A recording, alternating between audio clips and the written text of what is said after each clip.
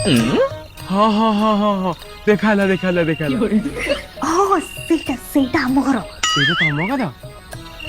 ଛି ଛି ଛି ଛି ଛି ଛି ଶଳା ଏତେ ଅନ୍ଧାର ଭିତରେ ରହିଲେ ମଣିଷ ଜାଣିବ କେମିତି? ଆଉ କଣ ତମେ ଆସିବ ବୋଲି ମୁଁ ଜେଜେଙ୍କୁ ଗୋଟେ ରେଡିୟମ କଲର ଚଢି ପିନ୍ଧେଇକି ଛାତ ଉପରେ ବୁଲେଇବି ନା ଜେଜେଙ୍କ ଚଢିରେ ଗୋଟେ ଲିଚୁ ଲାଇଟ୍ ଲଗେଇଦେବି ଯେ ସେ ଧପ ଧପ ହେଇକି ଛାତକୁ ଭଲ ଦେଖାଯିବ। ଏଇ ଏବେ ତୁ ହସୁଛୁ କଣ?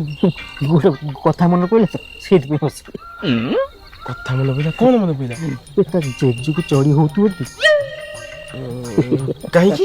ଆରେ ସିଏ ତ ଏଡିଟେ ଜେଜ କେଡିଟେ ହେଇଥିବ ମୁଁ ଜାଣିପାରୁଛି। ହଇରେ ବାଡି ଛୁଆ ବାଙ୍ଗେରା ତୁ ନିଜ ହାଇଟ୍ ଦେଖିଛୁ? ଆରେ ତୁ ବା କଥା କହିଲା ବେଳକୁ ଯେମିତି ଲାଗୁଛି ଡବା ଭିତରେ କିଏ ଗୋଟେ ଗୋଡି ପୁଡେଇକି ଖଡ ଖଡ କରୁଛି। ତୁ ମତେ କଣ କହୁଛୁ କି? ତୁ ସେମିତି କଣ କହୁଛୁ ଯେ?